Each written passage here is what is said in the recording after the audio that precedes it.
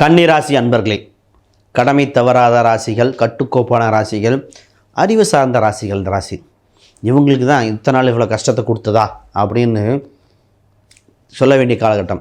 திறமை இருந்தும் அகப்பட்டவனுக்கு அஷ்டமச்சனி மாதிரி 7 சனி கண்டகச்சனி பல தொந்தரவு கொடுத்தாச்சு. நிறைய பேர் கடன் என்ற ஒரு நோயிலிருந்து விடுபடுவானா? கடனுக்காக சொத்தை விட்டாச்சு. குடும்பத்தில் சின்ன சின்ன குழப்பங்கள் எப்போங்க தீரும்? இந்த மாதிரி பல கேள்விகள் மனசு ஓடிட்டுருக்கு. இந்த கடன் சுக்கிர பயிற்சின்னு ஒன்று வருதுங்க உங்கள் ராசிக்கு. 4ஆம் இடத்துல சுக்கிரன், சூரியன், செவ்வாய், புதன் உங்கள் அதிபதி 4 பேர் அப்படி வரிசையாக ஒன்று சேர்றாங்க. அதை குருவாக்குது. முதல்ல உங்களுக்கு நல்ல விஷயம் என்னென்னா, சுப தகவல்கள் வருகின்றன. இத்தனை நாளாக எதிர்பார்த்துருந்த சுப தகவல்கள் வருகின்ற காலகட்டத்தில் மன நிறைவு பெறுகின்ற கால சூழ்நிலையாக ஆயிடுச்சு. நல்லது உங்களை நோக்கி வந்து கொண்டிருக்குன்னா சார் பொருளாதார ரீதியாக ரொம்ப ஒரு பணம் எதிர்பார்த்துட்ருக்கேன், அது கிடைக்குமா? பொருளாதார ரீதியாக நிச்சயமாக கிடைக்கக்கூடிய விருத்தி உண்டு. பணம் மற்ற வகையிலிருந்து உங்கள் கைக்கு வருகின்ற காலகட்டம். இது எப்படி சார் வரும்? பிஸ்னஸ் டெவலப் ஆகி வர வாய்ப்புண்டு. உங்களுக்கு கடன் கொடுக்க வேண்டியவங்க, அதை ஆல்ரெடி கொடுத்த பணம் திருப்பி வர வாய்ப்புண்டு. லோன் எதிர்பார்த்துட்ருக்கேன், இந்த வகையில் வருமா? நிச்சயமாக வர வாய்ப்புண்டு. சார் ஒரு சில சொத்துக்கள் நகையை விற்று கடன் அடைச்சிடலான் இருக்கேன். கடனை தவிர்த்த கன்னிராசி என்றுமே சிறப்பாக இருக்கும். அதை மறந்துடாதீங்க. இந்த நேரத்தில் ஒரு சிலர்லாம் ஆல்ரெடி இதெல்லாம் இடத்த விற்றுட்டாங்க. இப்போ அடுத்த மைண்டில் விற்று பணத்துக்கு அடைச்சாச்சு. தான் விட்டதை பிடிக்கணும், தன் கௌரவத்தோடு வாழணுங்கிறது, அடுத்த சொத்து வாங்கிறதுக்காக, வண்டி வாகனம் வாங்கிறதுக்காக. இந்த ராசிக்கு எப்பவுமேங்க குவாலிட்டியாக இருக்கணும்னு ஆசைப்படுவோம். திறமைக்கு மரியாதை கொடுக்க ராசி. சொத்து சுகங்கள், வீடுகள் பிரம்மாண்டமாக கட்டக்கூடிய அம்சங்கள் வந்திருக்கிறது. அகலக்கால் வைக்காமல் பிளானிங்கோடு போங்க. வாஸ்து சரியாக பண்ணுங்கள், நிச்சயமாக இருக்கும். இந்த ராசிக்கு காதல் சம்மந்தப்பட்டது. ஏன்னா இந்த ராசிக்கு 5ஆம் அதிபதி 7இல் காதல் சம்மந்தப்பட்ட விஷயங்கள் வருது. அப்போ இப்போ ரொம்ப நாள் திருமணம், காதல் திருமணங்கள், ஃபேமிலி ஒத்துக்காதவங்க இப்போ ஒத்துக்கக்கூடிய காலகட்டங்கள், இந்த மாதிரிலாம் வருது. திருமணம் என்ற ஒரு சுப நிகழ்வு உண்டு. ஒரு சிலர் ஆல்ரெடி திருமணமாகி மனக்கசப்புகள் ஏற்பட்டு டைவர்ஸ் வரைக்கும் போயிடுச்சு. சார் அடுத்த வாழ்க்கை இருக்குமா? திருமணமே வேண்டாம் சார் அப்படிங்கிறவருக்கு பொதுவாக ஜாதக ரீதியாக பார்த்தா துல்லியமாக சொல்லலாம். ஆனால் கோச்சாரத்தில் அடுத்த திருமண வாழ்க்கை, அடுத்த வாழ்க்கைன்னு ஒன்று இருக்குங்க. உங்களுக்கு இல்லாமல் யாருக்கு சொல்ல போகிறேன்னு 11ஆம் இடத்த நல்ல கிரகங்கள் அமைப்புண்டு. அதுவும் 7ஆம் இடத்துலேருந்து சனி 9ஆம் இடத்தையும் பார்க்குது. ஒன்று மட்டும் பார்த்துக்கணும். 4-8 தொடர்பு 3ஆம் அதிபதி. இந்த நேரத்தில் ஏதோ ஒரு சிறு பொருளை துளைக்கின்ற காலகட்டம். இது இருக்கிறது மைனஸ்ன்னு சொல்லணும் இல்லையா? அப்போ பொதுவாக இந்த கீ செயினாக இருக்கலாம், பர்ஸாக இருக்கலாம், ஃபோனு, இதெல்லாம் கரெக்டாக எடுத்துகிட்டு போகணும். ஒரு சிலர் போய் வச்சுட்டு மறந்துட்டு வந்துடுவீங்க.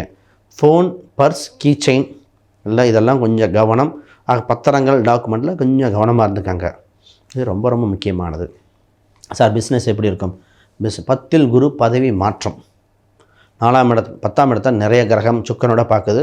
அப்போ தொழிலை விருத்தி பண்ண தோணும். தொழில் சம்பந்தம் நிறைய மாற்றுதல் உண்டு. கூட்டு என்ற வகையில் வருகிற காலகட்டங்கள். பணம் முதலீடு செய்ய தோணுகின்ற காலகட்டம்.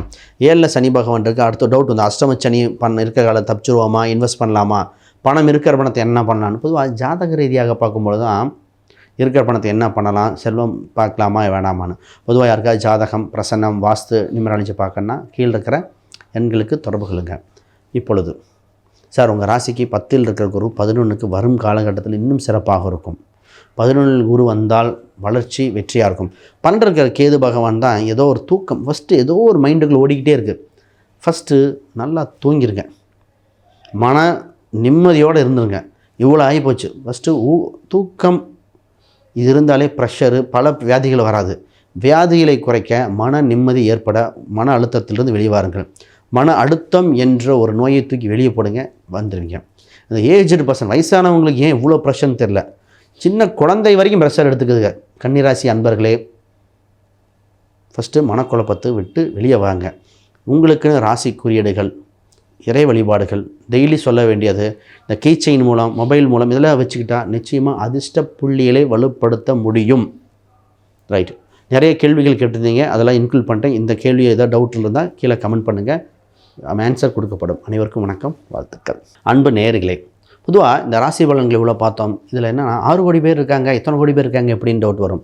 முதல்ல தெரிஞ்சுக்கங்க, நம்ம பார்த்தது ஒரு 40% அக்யூரசி. மீது 60% ஜாதகம், தசாபுத்திகள் எடுக்கும்போது இன்னும் டெவலப்மெண்ட் ஆயிரும். நமக்கு ஒரு கையில் ஒரு விளக்கு கிடைச்சி நமக்கு போகிற மாதிரிங்க. ஊரெல்லாம் சூரிய வெளிச்சம் இல்லைன்னா கூட காரில் வெளிச்சம் இருக்கு இல்லையா, அதான் அந்த கோச்சார கிரகம்.